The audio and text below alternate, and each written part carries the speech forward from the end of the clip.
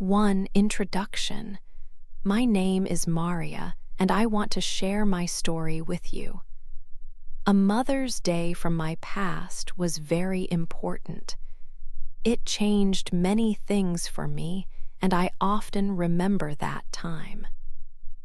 I am 32 years old. I live by myself in a small apartment. It is comfortable, but sometimes it feels too empty, especially in the evenings. My job is in a flower shop. I like working with flowers. Their colors are beautiful and they smell sweet. At the shop, I help people choose flowers for happy times, like birthdays and new babies. And for Mother's Day, of course, we sell many flowers. But I often feel lonely. This feeling is with me most days. Many of my friends are married now. They have their own families and children. When Mother's Day comes each year, it is a hard time for me. I see everyone celebrating with their mothers and children. This makes my loneliness feel bigger. I want a family more than anything. I dream about having children of my own. I hope one day a child will call me Mama. This is a very strong wish for me. About 1 year ago, my relationship with Pedro ended. He was my boyfriend. We were together for a while, but he was not serious about building a future. So we broke up. It was a sad time and I felt much pain. Even now, after a whole year, I still feel that sadness sometimes. I miss having someone special in my life. I really want to find a true connection with someone to share my life and feel loved. 2. A new face. One Tuesday afternoon, Maria went to the park. The sun was warm and a gentle wind moved the leaves on the trees. The park was quiet and peaceful. She liked to go there after her work at the flower shop. She had her favorite book with her, a story about adventure. She found a nice wooden bench under a big, green tree and started to read. She felt calm in the park. It was her quiet place. After some time, maybe 20 minutes, a man came and sat on the other end of the same bench. He did not sit too close, but he was near enough to see clearly. Maria looked up from her book for a moment. The man was very handsome. He had dark, thick hair that looked soft. His eyes were a kind brown color, and when he looked at her, they seemed friendly and open. He turned his head a little and smiled at Maria. It was a nice, genuine smile. "Hello," he said. His voice was warm and gentle, not too loud. Maria smiled back. "Hello," she replied. She felt a little shy at first, but his warm voice made her feel comfortable and safe. They started to talk. At first, it was just small talk about the lovely weather and the beautiful park. Then, he noticed her book and asked about it.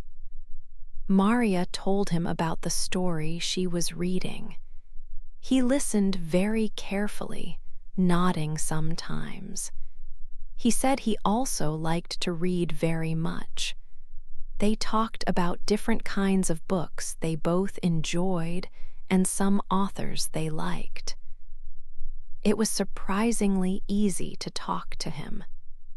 Then, their conversation moved to other things. They talked about the city, sharing their favorite quiet cafes and interesting streets. He asked Maria about her dreams for the future, what she hoped for in her life. She told him a little about her simple wishes. He also shared some of his own dreams and ideas. His name was Apollo. Maria thought it was a strong and very interesting name, like a god from the old Greek stories. Apollo told a few funny stories about things he saw in the city, and Maria laughed. It was a real laugh, a happy laugh that came from her heart. She realized she had not laughed like that for many, many months. For a long time, she often felt sad, especially after her breakup with Pedro. But talking to Apollo felt different, new. She felt a small spark of happiness light up inside her. It was a new feeling, a very good feeling. She hoped this happy feeling would stay for a while, 3 happy times. After we talked in the park, Apollo asked for my telephone number. I felt happy and a little surprised. I gave him my number. That same night, my phone rang. It was Apollo. I could not believe he called so soon. His voice was warm on the phone, just like in the park. We talked for a short time and planned to meet again. Soon, Apollo and I started to see each other often. We went on many dates. Sometimes we had coffee in small, friendly cafes. We talked for hours about many things. Other times, we took long walks in different city parks, enjoying the sunshine or the cool evening air. We also had dinner together. Apollo always chose quiet restaurants where we could talk easily. I liked these quiet places. Each date felt comfortable and happy. We met 2 or 3 times every week. Apollo was very kind to me. He always listened carefully when I talked about my day at the flower shop or my dreams for the future. He looked at me in a way that made me feel like I was very important. He remembered small things I told him. Apollo always paid for our coffee or dinners. He often brought me small, thoughtful gifts. Sometimes it was a single, beautiful flower or a bar of my favorite chocolate. Once he gave me a little book he thought I would enjoy. These small things made me feel very special and cared for. I started to have strong feelings for Apollo. I thought about him a lot when we were not together. My heart felt light and happy when I was with him. I realized I was falling in love. It happened very fast, but it felt very real. I felt a deep connection to him. This feeling was new and wonderful for me. I had not felt this way for a very long time. The loneliness I used to feel started to go away. Apollo talked about many things, but he was quite private about some parts of his life.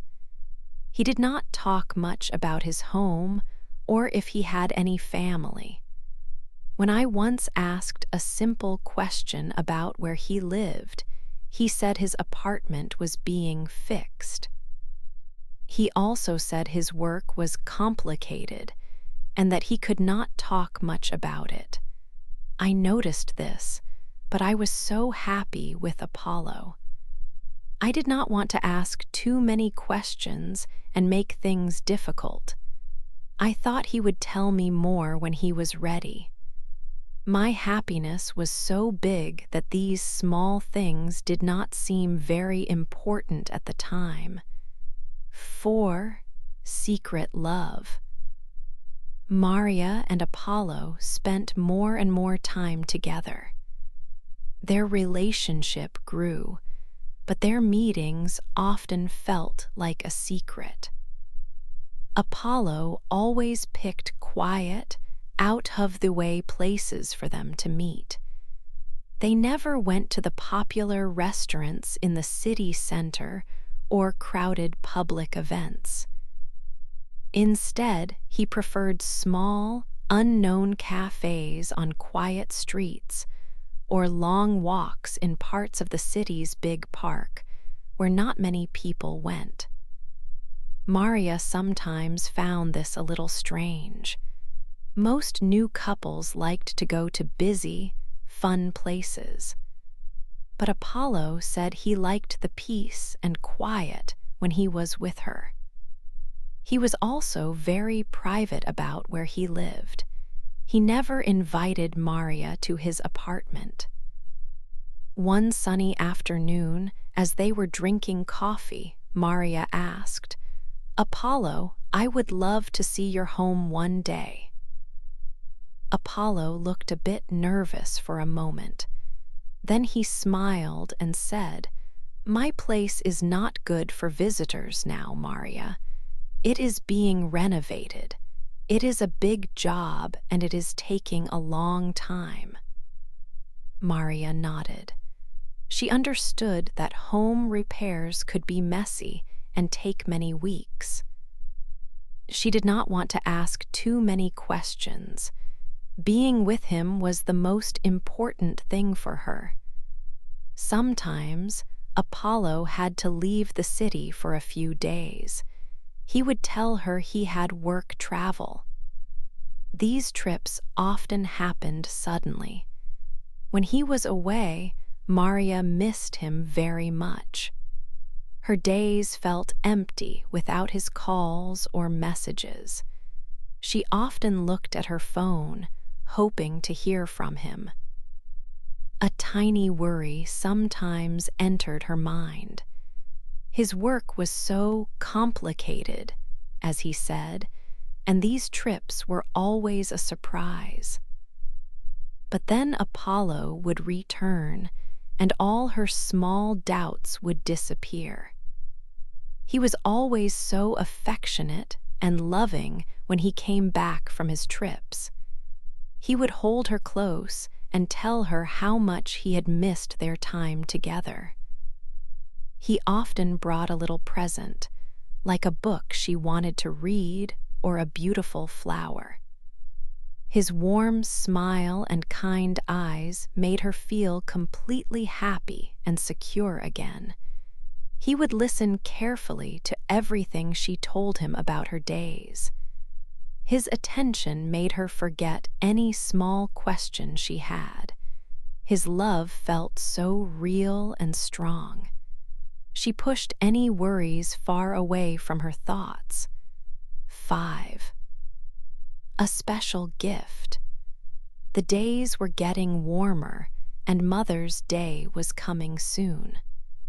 For Maria, this time of year often brought a quiet sadness. She missed her own mother, who lived many miles away. But more than that, Mother's Day always reminded her of her deep wish to have her own family. She dreamed of having children, of filling her life with their laughter. This year, the familiar feeling of longing was still there, but things were also different. She had Apollo. One evening, as they sat together in a quiet park, Maria became very thoughtful. Apollo, always attentive, noticed the change in her. He gently took her hand and asked, "What is wrong, my Maria? You seem sad tonight." Maria looked into his kind eyes. She felt safe with him, so she decided to share her feelings. "It's just Mother's Day is near," she explained softly. "It always makes me think about my mother, of course, and it also makes me think about my biggest dream, to have a family. I want to be a mother more than anything." Apollo listened carefully, his expression serious and understanding. He held her hand a little tighter. His touch was warm and comforting. "Maria," he said, his voice soft and full of sincerity, "you will be a wonderful mother one day. I am sure of it. You will be the best mother anyone could wish for." His words were like a warm hug for her heart. He always seemed to know what to say to make her feel better. A few days passed. It was just before the Mother's Day weekend. Apollo told Maria he had a surprise for her. He seemed very happy and a little bit mysterious. He then gave Maria a small, beautifully wrapped box. "What is this?" Maria asked, her voice filled with curiosity. A gift was always nice, but Apollo's smile made it feel extra special. "Open it," Apollo encouraged, his eyes shining. "It's an early Mother's Day gift." He leaned in very close to her, and his voice dropped to a whisper. "For the future mother of my children." Maria's breath caught in her throat. Her heart jumped. The future mother of his children? Could he really mean that? Her mind raced with hope. Her hands trembled slightly as she carefully untied the ribbon and opened the little box. Inside, resting on a piece of soft, dark velvet, was a beautiful gold necklace. It was delicate and shiny. Hanging from the thin gold chain was a tiny, perfect charm, a small, golden baby shoe. Tears welled up in Maria's eyes. She looked up at Apollo, her vision a little blurry. "Apollo, this is so beautiful," she managed to say, her voice thick with emotion. "But I am not a mother yet." He smiled his warm, reassuring smile. "Not yet," he agreed gently. "But this is a promise, Maria. It's a promise of our future together." Apollo took the necklace from the box. He carefully unclasped it and then fastened it around her neck. The cool metal quickly warmed against her skin. Maria reached up and touched the little shoe charm. It was so tiny, so precious. A powerful wave of hope, love, and happiness washed over her. She believed every word he said. She loved him so much, more than she thought possible. This was not just a piece of jewelry. It was a symbol of all her deepest dreams. It felt like the best, most meaningful gift she had ever received in her entire life. In that moment, Maria felt like the luckiest woman in the world. Apollo truly understood her heart. 6. Doubts start. It was Saturday, the day before Mother's Day. Maria felt a mix of excitement and happiness. She and Apollo were together, making plans for their special dinner the next day. They talked about what kind of food they wanted to eat and where they could go. Maria imagined a wonderful Mother's Day with him. She touched the little gold shoe on her necklace sometimes. Then Apollo's phone rang. It was on the small table between them. He always kept his phone face down. Maria never saw who called him. He quickly picked it up. "Excuse me, I need to take this call," he said. His voice was a little quiet. He stood up and walked into the next room. He closed the door, but not completely. Maria sat alone. She tried to read her book, but she could not focus. She could hear Apollo's voice, but not all the words. Then she clearly heard him say, "Yes, darling, of course." A moment later, he added, "For tomorrow. A big surprise for you." The word darling hit Maria like a sudden cold wind. Apollo never used that word with her. He called her my Maria, or sometimes sweetheart, but never darling. Her heart started to beat faster. Who was he talking to? Who was this darling? A cold feeling spread through her body. The happy feeling from a few minutes ago started to disappear. When Apollo came back into the room, he looked different. He seemed nervous. He tried to smile at Maria, but his smile did not reach his eyes. "Sorry about that, Maria," he said. "It was just work. You know, work stuff. Always busy." He did not look at her when he spoke. His eyes moved around the room, looking at the window, then at a picture on the wall. He rubbed his hands together.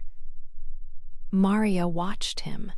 She felt a question in her throat, but she could not ask it. The happy plans for Mother's Day now felt uncertain. A strong worry started to grow inside her. It was a small, uncomfortable feeling at first, but it became bigger and heavier. Something was not right. His strange call and his nervous way of talking made her feel very uneasy. The beautiful golden shoe charm suddenly felt less like a promise and more like a question. 7, the bad day. It was Mother's Day morning. Maria woke up. She looked at the golden shoe necklace from Apollo and put it on. The tiny gold shoe felt cool. She remembered Apollo's words, "Future mother of my children." These words made her happy, but she also felt a little worried. The phone call from yesterday was in her mind. Apollo said "darling" to someone. Who? This question made her anxious. She tried to think happy thoughts. She had plans with Apollo. Later, her phone showed a new message. It was Apollo. "Running late for lunch. Sorry. Meet at Park Cafe, 1 o'clock. Maria felt disappointed. Their special lunch would be different. But she wanted to see him. "Okay," she thought. "The Park Cafe is nice. I will wait." Maria went to the Park Cafe before 1 o'clock. She chose an outside table. The sun was warm. The park was busy. Families were there. Mothers had flowers. Children played and laughed. It was a happy place. Maria watched them. She hoped her day would be happy too. She ordered water and waited. Then Maria looked across the park. She saw Apollo. He was not alone. He held hands with a pretty woman. With them were 2 small children, a boy and a girl. They all laughed. Apollo looked very happy. Maria watched. Apollo kissed the woman. Then he lifted the little girl onto his shoulders. The girl laughed. Maria sat frozen. She could not move. A cold feeling spread through her. It was hard to breathe. Her heart beat very fast. She could not believe it. Was this real? The park sounds disappeared. Everything felt distant. That woman, his wife, those children, his children. Many questions were in Maria's mind. He never talked about his family. His work was complicated. He never invited her home. Now she understood. Apollo was a husband and a father. He had a secret life. Maria's hand touched the necklace, the Mother's Day gift, the promise. Now the gold charm felt heavy and hot. It was not a promise, it was a lie. A cruel lie. Her dream of a family with him was not true. Suddenly, Apollo looked up. His eyes met Maria's. He stopped laughing. His smile went away. His eyes opened wide. Surprise, then fear and shock showed on his face. He knew Maria saw everything. Apollo quickly spoke to the woman. He put the girl down. Then he walked fast towards Maria's table, alone. The woman and children stayed behind, watching. Maria watched him come closer. Her heart felt like it was breaking. 8, my choice. Apollo quickly came to my table. Maria, he started, I can explain everything. My voice was shaking. Explain your wife and your 2 children. He said his marriage was not good. He said he was not happy. He told me he loved me, Maria, not her. It was an old story. Tears fell from my eyes. I touched the cold gold necklace. You gave me this, I said.